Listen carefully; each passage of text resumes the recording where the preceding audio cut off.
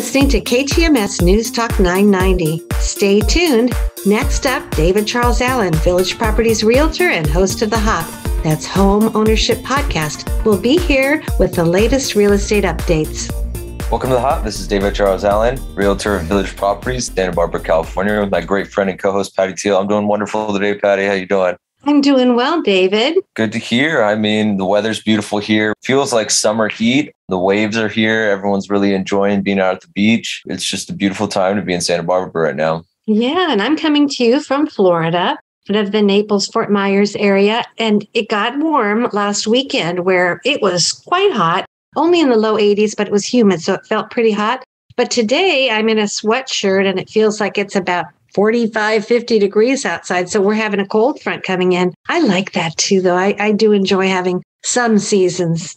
It is nice. I mean, Santa Barbara, you really get not too much of a break when it gets down to 60s. It's like, oh my, everything's ending. I'm so cold. I know. I do miss the great weather in Santa Barbara. I don't think there's anywhere that can beat it.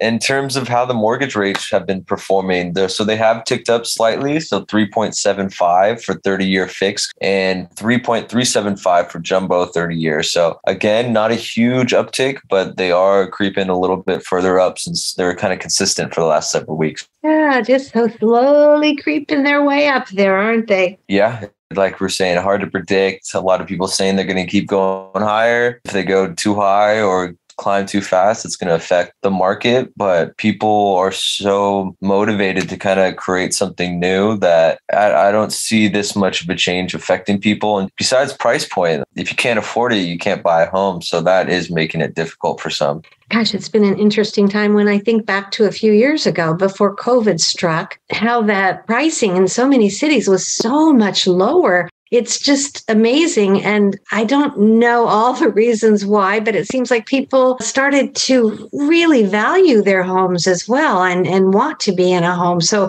there's a lot of psychological issues, not problems, not in that psychological issues, but a lot of things that people relate to in Home and Hearth, I think, and it made them realize how important that is. Well, I think a lot of it, too, is like what we saw, even being in a rental, the rug could get pulled out from under you at any minute. And for having the difficulty to be living in a spot for so many years to all of a sudden needing to find something else. And home prices haven't just skyrocketed, but rentals have also skyrocketed. So it's tricky if you want to be able to have some stability. And that's what home ownership provides. Absolutely. And as I said, before I moved to Florida, I was in the Sedona area and they have a similar issue. A lot of people work in the shops and it's a beautiful area, but the rentals have gone up so high that people can't afford to live there as compared to the amount of money they make working retail. Yeah, Santa Barbara especially, it's really turned into a vacation destination even more than it was. So people, instead of renting it out year long, they're looking for those short-term 3-month rentals where they can charge significantly more. And that's not a fault to them by earning as much as they can, but it really takes away from people that are able to live here that may just want to live here and not be able to afford what's the prices right now. Right. That is something it changes the dynamic of the city. It does.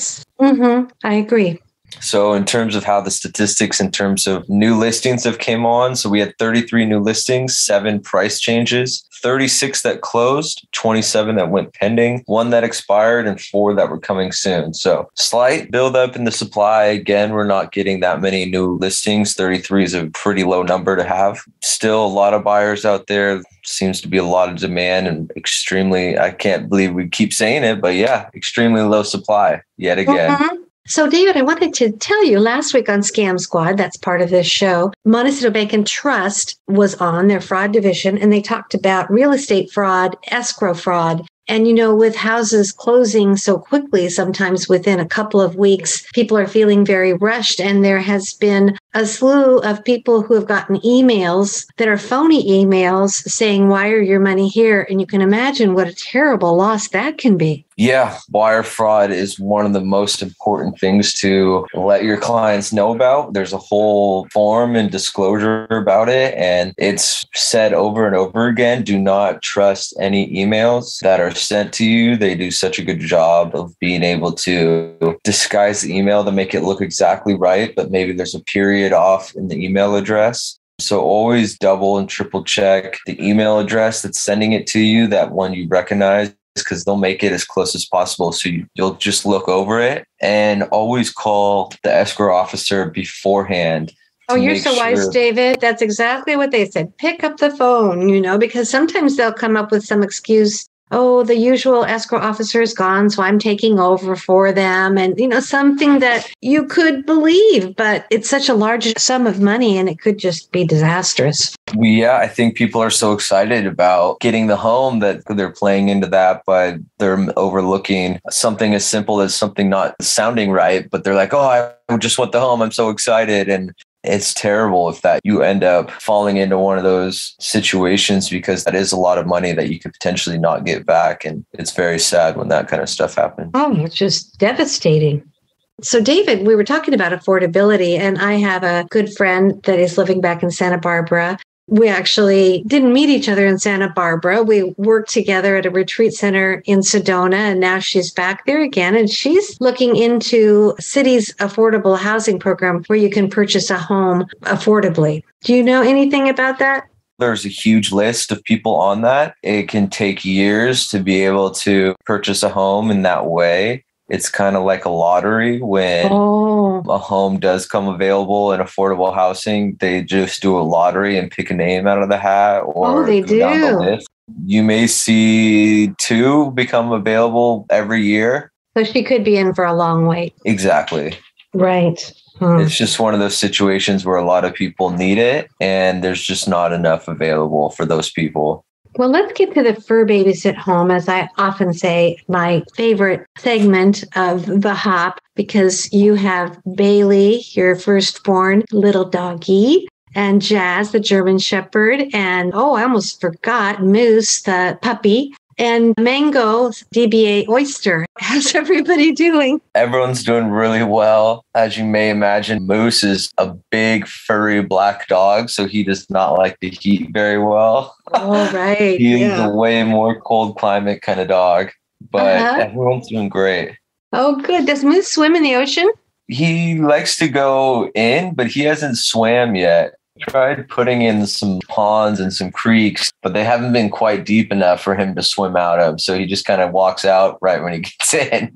My daughter was on a vacation with Riley, the golden retriever Riley, who I have watched before. And he was swimming out in the ocean, playing with this Doberman. And I guess the Doberman was a puppy, and it just looked so beautiful. They both had one end of the stick. And she sent me a picture, and I'm like, oh, that just looks so beautiful. And then the next moment she goes, he's a beast. He bit the puppy. He jumped up on me and scratched me. Oh my It's just like, gosh. I missed what happened a moment later, If he has something in his mouth and you try to get it from him, you're in trouble.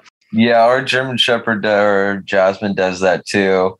My doggies are doing well. Still miss my little buddy, of course. Ollie got into the garbage the other day and he just looked so guilty. His ears were back. But I don't think he's guilty enough that he won't do it again if I don't keep it away from him. Oh, no. Jasmine does that every day. Every day. If you leave the fridge unlocked or any food out or any food in the trash, you'll come home and she'll just be laying there with her ears back, just like looking at you so guilty. And then you're like, oh, she got into something. My goodness. Yeah, they are funny. Yeah, I guess I had a pork chop in the garbage. It was kind of vacuum sealed. Came from Omaha Steak. Somebody sent it to me as a gift and it got old. I threw it away. But luckily, he couldn't open the vacuum sealed package. Oh, of course, right. But I found that under the living room table. So. Oh, wow. He tried. He tried, yes. That was good. Anyway, David, it's always delightful to talk to you, get your opinion on things. If people want to call you to learn more about the real estate market, or if they have a house that they want to sell or they're looking to buy, how would they get a hold of you? Yeah, my number is 805-617-9311. And my email is david@davidcharlesallen.com. Oh, David, I really enjoyed it. Let's give it a go next week, Patty. Talk to you later. Bye-bye. Bye.